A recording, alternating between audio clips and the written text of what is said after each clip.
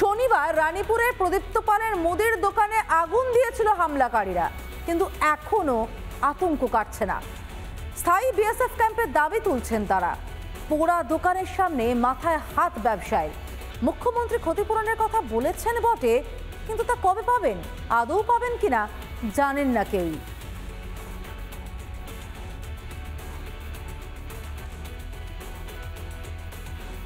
শমশেরগঞ্জের রানীপুরে রয়েছে। রানীপুরে এই দোকান শনিবার পুড়ে ছারখার হয়ে গিয়েছে। এখনো পর্যন্ত সেই দোকানের বিভিন্ন পোড়া অংশ এখনো পর্যন্ত রয়েছে। ফ্রিজ দোকানে যে ফ্রিজ ছিল সেই ফ্রিজ পুড়ে গিয়েছে। দোকানে যে দরজা ছিল সেই দরজা রয়েছে পুড়ে, এবং এমনকি ভিতরে সমস্ত পোড়া একেবারে যে সমস্ত জিনিসপত্র পুড়ে গিয়েছিল সেই সমস্ত জিনিসপত্র পড়ে রয়েছে। কেবলমাত্র দূর থেকে দেখতে পাচ্ছি যে চিনি এখনো পর্যন্ত পড়ে রয়েছে বস্তার মধ্যে, আর খাতার পাতা পড়ে রয়েছে, এবং বেশ এবং গোটা দোকানটা ভিতর থেকে দেখলে বোঝা যাবে না যেটা কিসের দোকান ছিল। প্রদীপ্ত পাল যার দোকান, সেই প্রদীপ্ত পালে যে প্রদীপ্ত, এই দোকান কিসের দোকান ছিল?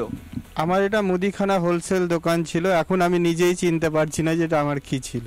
এখনো আমরা আতঙ্কে আছি যতদিন না আমাদের পার্মানেন্ট বিএসএফ ক্যাম্প হচ্ছে বা একদম পাকাপোক্তভাবে আমাদেরকে প্রতিশ্রুতি না দিচ্ছে যে বিএসএফ ক্যাম্প হবে, ততদিন আমরা কোনো নিশ্চয়তা বুঝতেই পারছি না। কেন? এখন তো কেন্দ্রীয় বাহিনী তো রয়েছে, তারা তো ঘুরছে। তো কেন্দ্র বাহিনী কদিন? কেন্দ্র বাহিনী চলে গেলে আবার অ্যাটাক হবে। যতদিন না আমাদের পার্মানেন্ট বিএসএফ ক্যাম্প হচ্ছে আমাদের কোনো গতি নেই। আমাদের রাজ্য পুলিশের উপরে কোনো ভরসা নেই, কারণ আমরা দেখে নিয়েছি শনিবার দিন আমরা 9টা থেকে যখন আক্রমণ আরম্ভ হলো আমরা টানা ফোন করে গেছি, কোনো রিপ্লাই আসেনি পুলিশের কাছ থেকে। আমরা পেয়েছিলাম শনিবার রাত 10টার সময় কেন্দ্র বাহিনী, কিন্তু পুলিশকে দেখতে পাই। মুখ্যমন্ত্রী বলেছেন যাদের এই মুর্শিদাবাদের হিংসার ঘটনা, যাদের সম্পত্তির ক্ষতি হয়েছে তাদেরকে ক্ষতিপূরণ দেয়া হবে।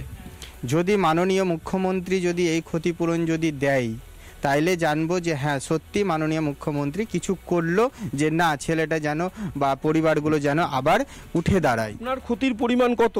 আমার ক্ষতির পরিমাণ প্রায় 12 থেকে 15 লাখ টাকার আমার সম্পত্তি নষ্ট হয়েছে। ভাগ্যিস এই স্কুলে আমাদেরকে খাবার দিচ্ছে বলে ওই খাবার খেয়ে আমরা বেঁচে আছি। আমাদের কাছে কিচ্ছু নেই, অর্থহীন হয়ে গেছে একদম। এইভাবে আতঙ্কের মধ্যে এখনো দিন কাটতে হচ্ছে। ক্ষতিপূরণের টাকা আদৌ পাবেন কি না বা কবে পাবেন সেটা নিয়ে কোনো নিশ্চয়তা নেই। তাই একটা অনিশ্চয়তার দোলাচলের মধ্যে এবং একই সঙ্গে আতঙ্কের মধ্যে দিন কাটাচ্ছেন।